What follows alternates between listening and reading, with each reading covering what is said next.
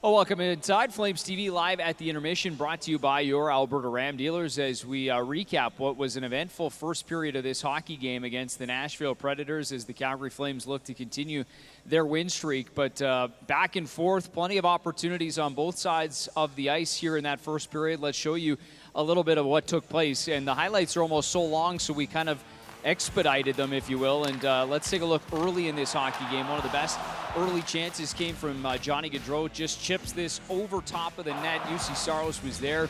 I don't think he got a piece of it. That one just goes clear over the net. At the other end, though, the Preds strike first. This was a puck that looked like it was going wide, but hits the body of Luke Cunnin and then deflects past Jacob Markstrom. First one to beat him in 2 games. And so now it's a 1-0 Predators lead, but no shortage of chances for the Calgary Flames, and this one starts on the backside, and I think it was Sean Monahan getting his stick there on the shot attempt, but it goes right back the other way. Elias Lindholm the shot. Sean Monahan knocks it over, and it goes right off Matthew Tkachuk and in the back of the net. His 4th of the season, another power play marker for the Calgary Flames. We're tied up at 1 apiece. It would continue in terms of the chances for the Calgary Flames. A turnover in the neutral zone by the Predators goes back. The backhand is turned aside by Saros, though, on Blake Coleman. And then another opportunity from one end that goes the other way. You see it so often. Dylan Dubé with this look. He had a couple in that first period as well, but that one again turned aside. And then this one is Matthew Tkachuk. It was almost 3 breakaways quickly in succession for the Flames there. Tripped up by Matthias Ekholm. No call. The fans giving it to him, as you should, in the breakaway attempt.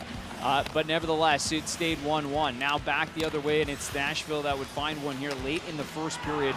This one was Philip Forsberg streaking in off the left side, beats Jacob Markstrom. That's the 4th of the season for Philip Forsberg as well. That's where we stand through 20 minutes of play, but the Calgary Flames outchance the Nashville Predators, 20-9 on the shot clock. Obviously just the one that finds the back of the net. UC Saros solid, though, making 19 saves in that first period. There you see the face-off percentage. Also had that fight as well. Brett Ritchie and Mark Borovitsky going after it as well in that first period. So eventful, to say the least, through 20 minutes. We'll see what the final 40 has in store for these two teams. Well, pleased to welcome in the guest of honor here tonight under the Flames TV desk. And what an honor it is to have the... Smart start. Yeah, there you go, see?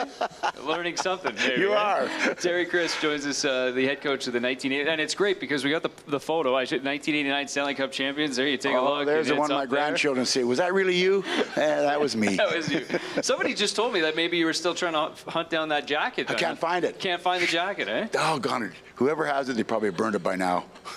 maybe they're keeping it. Maybe it's in the closet. Return the jacket to Crispy. Bring the jacket back.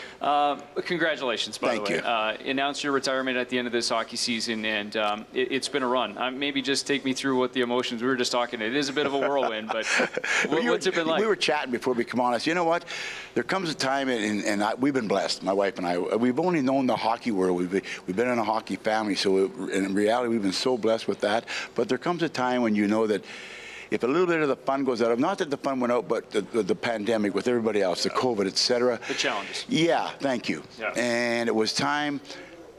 This season, I said to my boss, you know what, I'd like to have one more season, have some fun this year, meet the coaches, meet the players again for a change, and then just step aside quietly. Well, the hierarchy says, no, you're not going away quietly, Crispy. So they said they want to do some stuff, and the first thing they said was, we'd like to take you to Calgary and do a little tour and have some. I said, I'd love it. My wife would love it.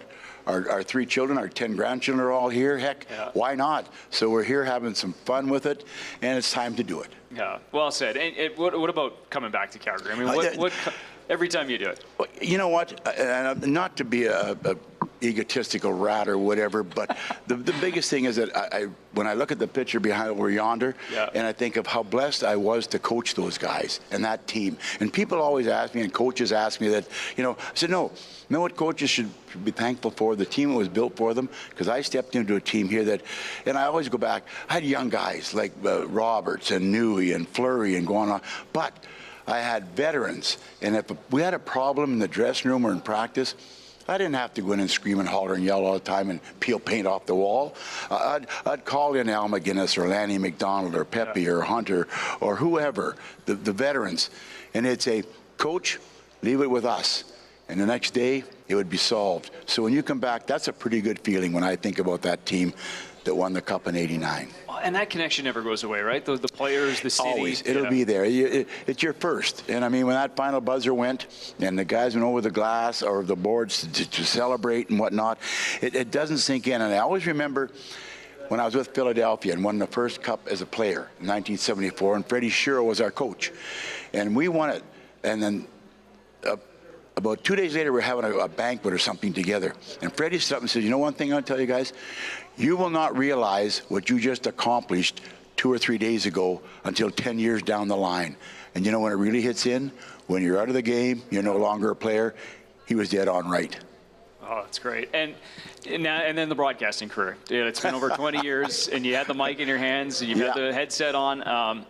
Maybe just about what you've established there in Nashville and that market, as we know, and it's a great one in terms of the hockey markets, but just memories about being able to talk about the game and continue on the way that you did for 23 years. Like I said, we're blessed. I mean, the real world, I have never been in it. We've been in my wife and I have been in the hockey world for 56 years together plus, and you find out that when you start a franchise, like I was an original St. Louis Blue. I was an original Islander.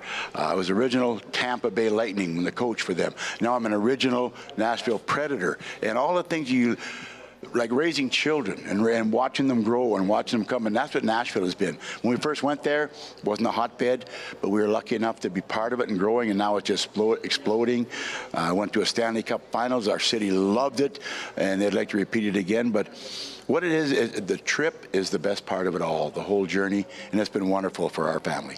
Well, it's been great to have you on here, and it's great to see you. First of all, I know this is a lot going on, but what a special it's time. Always fun to be with you. And thank you very much for having me on. And I just want to say out there while I'm here, please. I'd like to say to all of the Calgary Flames fans, stay with it. We love you from day one to now, and we need you. Don't go away. Crispy, wise words as always. Enjoy the night. Thank you very much.